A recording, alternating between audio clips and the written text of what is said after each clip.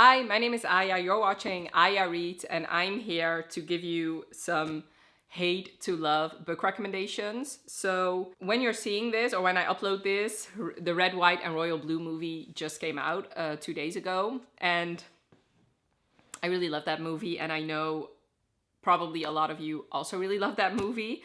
So I figured one thing I really loved about this movie was the hate to love in the beginning. So I figured if you watch that movie and you're just dying to read more stories that have that theme, then this is the video. And honestly, you can watch this whenever you want. These are just good hate to love recommendations. Even if that is not the reason why you're here, this video still has 10 very good hate to love recommendations. So I have 5 contemporary romances, 2 fantasy / paranormal romances, and then 3 historical romances. So I'll first talk about the contemporary romances, and I will start with the Red, White, and Royal Blue book. I'm going to talk about this briefly because everybody already knows what this is about the Prince of England and the son of the US president falling in love, but they hate each other in the beginning, especially Alex, who we only get his point of view in this book, despises the Prince of England, and basically them being forced after a debacle to pretend that they are friends, and because of that they slowly become actual friends, and that turns into a romance. If you watch this movie, I would say that definitely read the book too, because this is a 400-page book and there were a lot of things in this book that were not in this movie that I did really love. So yes, I also did a reading and watching the Red, White, and Royal Blue movie video, so I'll leave that linked for you. So in that video I actually explain a little bit what the differences were. So yes, very briefly, definitely read Red, White, and Royal Blue if you've not read this one yet. And one other thing I wanted to say about Red, White, and Royal Blue, one of my favorite things about hate to love is when they still hate each other but they are forced together in, like I said, a forced proximity situation. And I felt like in the movie, even though I did love the movie, that part where they still hate each other and they're forced together was pretty rushed. What I'm talking about is when he has to go to the UK to pretend that they're friends. In this book, there are a couple more scenes of them privately behind the camera because Alex has to actually live where Henry lives for those couple of days that he's in the UK, and you see a couple scenes with them, having to interact without their cameras being present, even though they still hate each other. One scene that comes to mind that was actually in the trailer but not in the movie is when they both get up in the middle of the night because they both can't sleep or have trouble sleeping, and they kind of talk to each other while they're eating ice cream. Very good scene. So yeah, if you love that too, then definitely read this book because there are more scenes of that in here. So next, another hate to love male romance is Top Secret by Serena Bowen and Al Kennedy. This book I love so much. So this is basically a hate to love / secret identity. Keaton and Luke are frat brothers. They actually live on the same floor, so they're also roommates.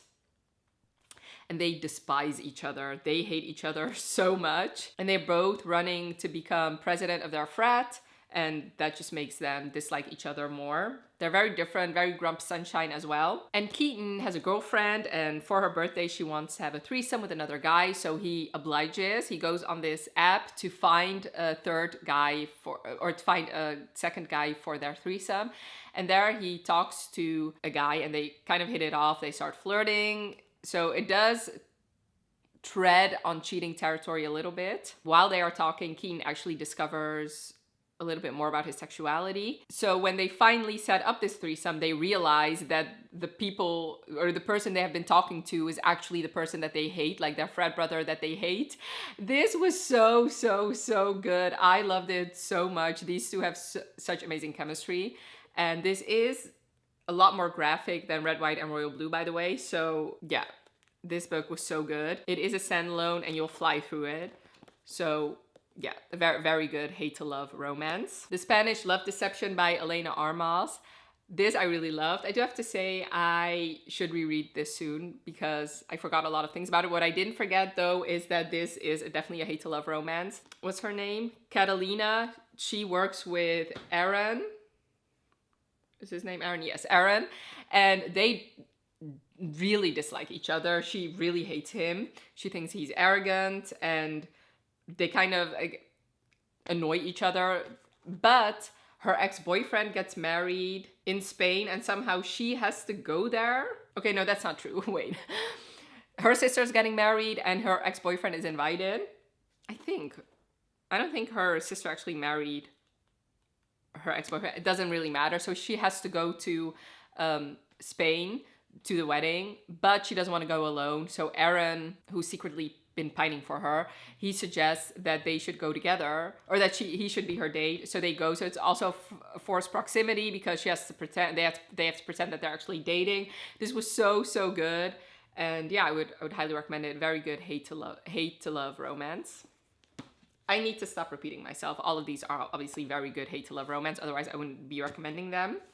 Next is The Frat Boy by Nikki Sloan. This book is so good. This is about a girl who's in a sorority and a guy who's in a fraternity, and they every year they have this game where they have to like beat each other to win some prize. And the girl discovers one of the frat brothers is cheating, so she calls him out, and that starts a giant mud fight. So let me actually look up their name. Okay, so Colin and Madison. Okay, Madison and Colin. So Madison sees Colin's teammate cheating, so she calls that teammate out, and then Colin defends him, and then these two start like a big mud fight, and they both get kicked out of their fraternity and sorority, so they have to find a place to live on their own, obviously, and they both answer an ad for a place that makes adult films. Because they, if they do that, then they get to live in this house for free, basically. So they both answer this ad, and they both at the same time have to audition, and they despise each other, but their chemistry is just off the walls. So while they hate each other, the movies they're making are very hot. So basically, forced proximity, they also become roommates. They keep having to make these films together. And it is so good. It is so good. It is very spicy though. So if you're not into that, maybe don't pick this up. But I would highly recommend it because it is one of my favorite books I read this year. And then the last contemporary romance is Act Your Age, Eve Brown by Talia Hibbert. This is the third book in the Brown Sisters series, but you can read this without having read the other two.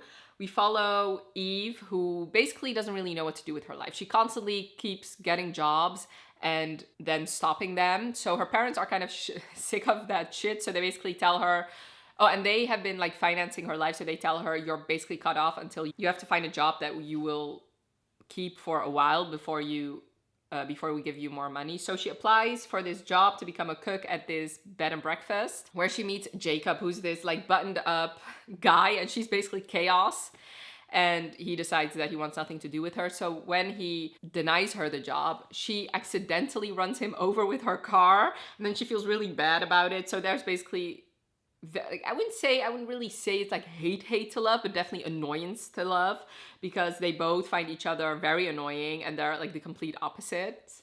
So she feels bad that he cannot work because I think his arm is broken. So she decides to help him out while he recovers. And that's when their hate, annoyance turns to love.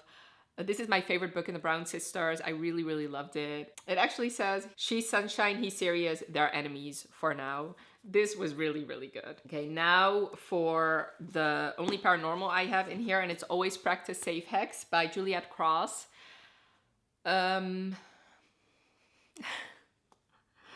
This is the fourth book in the Stay Spell series. You can read it without having read the other ones, but I would say, especially for this book, you will enjoy the experience more if you have read the other ones, especially the Christmas novella, because that's where kind of their love story starts. Livy is a witch and Garrett is a Grim Reaper. And everybody kind of like loves her. She's very beautiful and very charismatic. Until she meets Gareth, who they basically are in the same kind of field, and they both enter into this competition where they can win some money. But with this competition, they actually have to work together to create this like product, or basically create a product together. So it forces them together, and the banter in this book is top notch. It's really good. Like especially Livy cannot stand him. Until she sees the error in her ways. Then my fantasy romance is Rhapsodic by Laura Thalassa. Callie Calypso, yeah, Callie, when she was younger, she kept making deals with this guy called the Bargainer, and for every deal she made with him, she got a bead on her arm, and basically it's a favor that he will collect one day. But usually a person only makes one favor with this Bargainer, but she has like an entire arm full of these beads, all bargains that she made with him. And now after 7 years, he's come to collect. And basically there's something about their past that she's very, very, very upset about. And basically she really hates him, but she needs to fulfill all these bargains and pay back all these bargains. So he, like I said, he's come to collect after 7 years. And yeah, she basically has to do everything he says. And she hates him, like I said, for things that happened in the past. And this book is so good. It's a trilogy. And after reading the first book, you're going to definitely want to binge this trilogy. I really loved it, especially if you love A Court of Thorns and Roses. This really reminds me, or especially A Court of Mist and Fury, this really reminds me of that book. And now for the 3 historical romances. Historical romance is my jam. I really, really love it. And if you've not read any historical romance, I would definitely say that these are a good gateway into reading historical romances. I think these authors are definitely a good place to start. So the first one is a Bridgerton book. So it is The Viscount Who Loved Me. This is my favorite Bridgerton book. It's actually one of my favorite historical romances of all time. So this is about Kate and Anthony has reached the age that he wants to get married, but because his father died very young and he saw what that did to his mother, he decided that he was not gonna marry for love. He tells his brothers that he's not interested in loving the woman he's gonna marry, and he has his eyes set on like the most beautiful girl in the ton. But her sister Kate overhears that he's decided that he's not gonna love the woman he's married. So she has a mission to make sure that he's not gonna marry her sister. So that leaves them in close proximity, because everywhere he goes with her sister, she tags along, and they despise each other. She hates him for basically just wanting to marry her sister without loving her, and he hates her for being annoying and constantly in his way. And the banter between these two is through the roof. I really love them together. This book is very funny, and it's such a good book. And then when they finally do get together, he still has that in the back of his mind that he doesn't want to love somebody. So that's also a point of contention. Once they finally do get married, she's starting to love him, whereas she knows that he doesn't want to feel that emotion. This book is so fucking good. So yeah, I would highly, like, if you love hate to love romances, or you're interested and you've not read a historical romance, I would highly recommend this one. Now for my 2 Lisa Kleypas romances that have hate to love in them. The first one is It Happened One Autumn. So this is the second book in the Wallflowers series, and you can read this series out of order. But I would highly recommend the first book, because you see sort of like the beginning of their relationship a little bit. So It Happened One Autumn is about Lillian, who is an American, and she's basically a wild child. She has been raised that she can pretty much do whatever she wants. And then you have this buttoned up Earl called Marcus, who, yeah, basically pretty arrogant and kind of, even though he has some progressive ideas, he's basically used to a certain type of woman, and Lillian is pretty much the opposite of that. Their banter back and forth is amazing. They hate each other so much. It is so fucking good until there's this passionate kiss between them. And yeah, it just starts a fiery relationship. I love these two so much. Once again, one of my favorite historical romances. And then last but most certainly not least is Married by Morning, also by Lisa Kleypas. So this is the 4th book in the Hathaway series, and unlike the other ones, I would highly recommend at least reading the 2nd and 3rd book, even though I do think you should read all of them, because all of them are, I've given pretty much all of them 5 stars, I think, because this couple really starts in the 2nd book, where we meet Catherine. So basically the Hathaways is a series of 5 siblings, and in Married by Morning we follow the only brother in this family. And in the 2nd book, the Hathaways hire a paid companion to teach the youngest sisters how to behave in society, because they, even though they have a title, they have not been born into this title. So basically from the second book, they have this hate to love going on. She hates him for being this arrogant rake, which is basically a playboy, and he hates her for being so prim and proper all the time.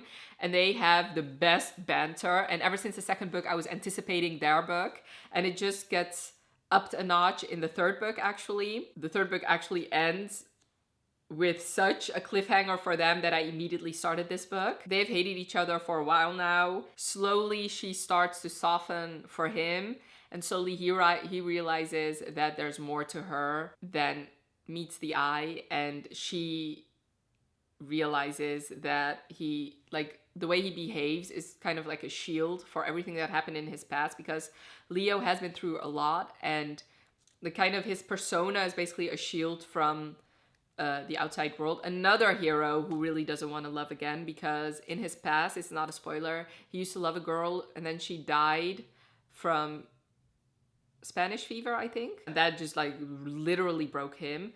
So yeah, this book was so good. It was so, so good. Lisa Kleypas is one of my favorite authors, and she does hate to love so good. So yeah, those were my 10 hate to love romance recommendations. Definitely let me know in the comments below if you've read any of these and if you agree with me that they were a good recommendation for hate to love, or if you disagree, obviously that's fine too. Leave that in the comments. And I would really love to know some of your hate to love recommendations, because this is one of my favorite tropes. I think it's a lot of people's favorite tropes. And yeah, I hope you enjoyed this video. Thank you so much for watching. Have a wonderful rest of your day, and I'll talk to you later. Bye.